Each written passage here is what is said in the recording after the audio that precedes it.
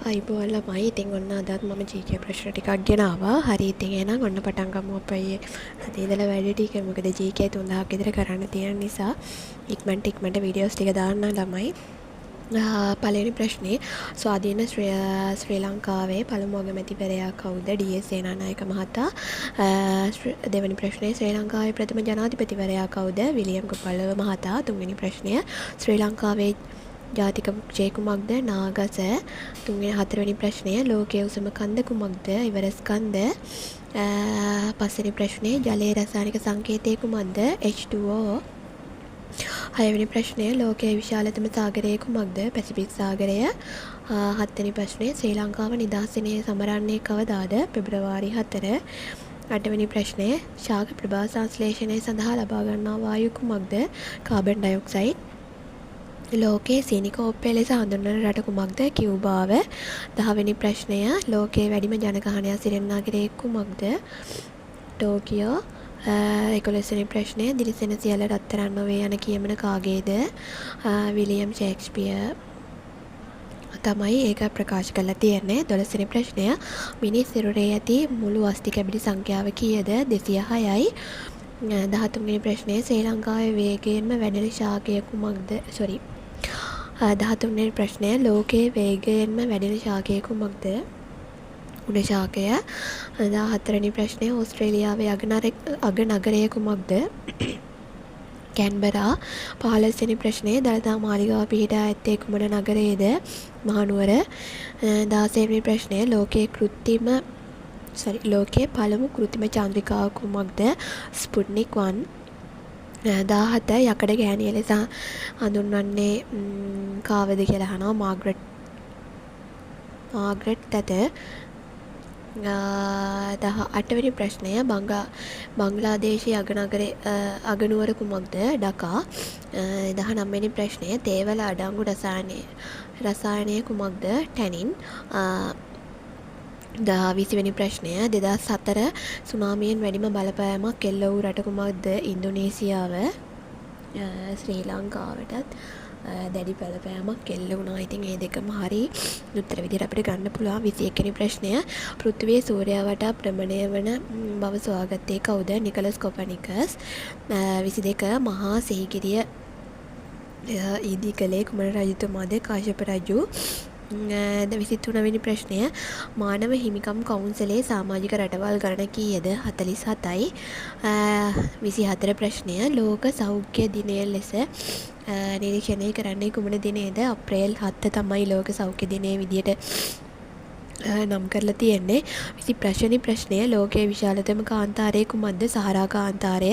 26 වෙනි ප්‍රශ්නය ශ්‍රී ලංකාවේ මහා බැංකුවේ පළමු විදේශ ශාඛාව කුමක්ද? ලන්ඩන් ශාඛාව. 27 වෙනි ප්‍රශ්නය වර්ණ 7ක් ඇති දේ දුන්නේ වර්ණ මොනවාද? රතු, තැඹිලි, කහ, කොළ, නිල්, ඉන්ඩිගෝ සහ දම්.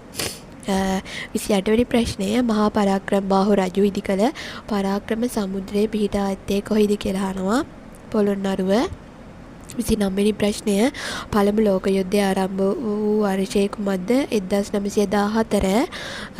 30 වෙනි ප්‍රශ්නය එක්සත් ජාතීන්ගේ සංවිධානය ආරම්භ කරන ලද්දේ කුමන වසරේද කියලා අහලා තියෙනවා. 1945.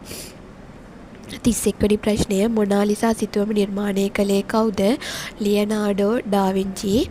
32 වෙනි ප්‍රශ්නය මිනිස් සිරුරේ ශක්තිමත්ම මාංශ පේශිය පිහිටා ඇත්තේ කොහිද? හකු ප්‍රදේශයේ තමයි ශක්තිමත්ම මාංශ පේශි තියෙන්නේ. 33 වෙනි ප්‍රශ්නය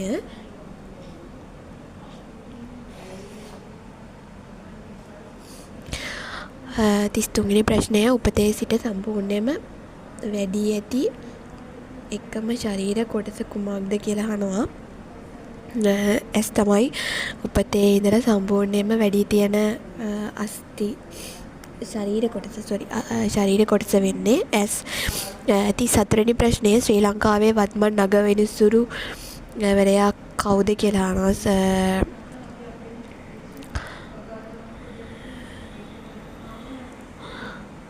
ජයන්ත ජයසූරිය මහතා තමා හිටියේ ළමයි. දැනට නව කෙනෙක් පත් කළාද කියලා නම් ඒක පොඩ්ඩක්ම හොයලා බලන්න. මගේ පිළිතුර හරිද වැරදිද කියලා මට ආපු උත්තරේ තමයි මේ දෙන්නේ. බලමු ඉතින්. ඒක වැරදි නම් හරි කෙනෙක් පිළිතුර දන්නවා නම් චුට්ටක් එක දාන්න. 35 වෙනි ප්‍රශ්නය ඇමරිකානු ජාතික කොඩියේ තරු කීයක් තියෙනවද? තරු 50ක් තියෙනවා ළමයි. ලෝකයේ විශාලතම දූපත කුමක්ද? ග්‍රීන්ලන්තය. 37 වෙනි ප්‍රශ්නේ ග්‍රීන්ලන්තය අයත් වන්නේ කුමන රටටද කියලා අහලා තියෙනවා. ඩෙන්මාර්කයට. 38 වෙනි ප්‍රශ්නය 2025 දකුණු ආසියානු ක්‍රීඩා උළෙල පැවැත් වන්නේ කුමන රටේද කියලා අහනවා. ඒක පාකිස්තානයේ තමයි පැවැත්වෙන්නේ. එතකොට 39 වෙනි ප්‍රශ්නේ තියෙනවා ඔලිම්පික් පදකමක් දිනුව එකම ශ්‍රී ලංකක ක්‍රීඩිකාව කවුද කියලා අහලා තියෙනවා. සුසන්තිකා ජයසිංහ මහත්මිය තමයි ළමයි ඔලිම්පික් පදක්කමක් දිනුව එකම ක්‍රීඩිකාව වෙන්නේ. ඊළඟට 40 වෙනි ප්‍රශ්නේ වායුගෝලයේ වැඩිපුරම අඩංගු වායුව කුමක්ද කියලා අහලා තියෙනවා. උත්තරේ තමයි නයිට්‍රජන්. 41 වෙනි ප්‍රශ්නය 2024 ICC පිරිමි T20 ලෝක කුසලානයට කණ්ඩායම් කීයක් සහභාගී වුණාද? කණ්ඩායම් 20ක් සහභාගී වුණා. ලෝක ඉතිහාසයේ වැඩිම ඔලිම්පික් ජයග්‍රහණයක් ලබාගත් මයිකල් ෆෙල්ප්ස්ගේ ක්‍රීඩාව කුමක්ද? එයාගේ ක්‍රීඩාව තමයි පිහිනීම. 43 වෙනි ප්‍රශ්නය ශ්‍රී ලංකාවේ පළමු විශ්වවිද්‍යාලය පිහිටවන ලද්දේ කොහේදීද කියලා අහලා තිනවා. ඒ තමයි පේරාදෙණිය විශ්වවිද්‍යාලය. 44 වෙනි ප්‍රශ්නය කොළඹ වරාය නගරයේ ව්‍යාපෘතියේ ප්‍රධාන ආයෝජකයා කුමන රටද කියලා අහලා තියෙනවා.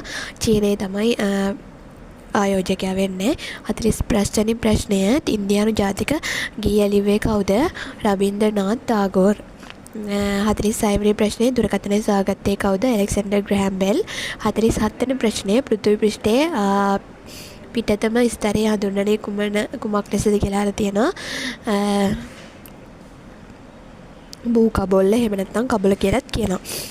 48 වෙනි ප්‍රශ්නේ කියනවා 2019 වසරේදී උත්තරාදේවිය දුම්රිය ධාවනය වූයේ කුමන දුම්රිය ස්ථාන අතරද කියලා අහලා තියෙනවා.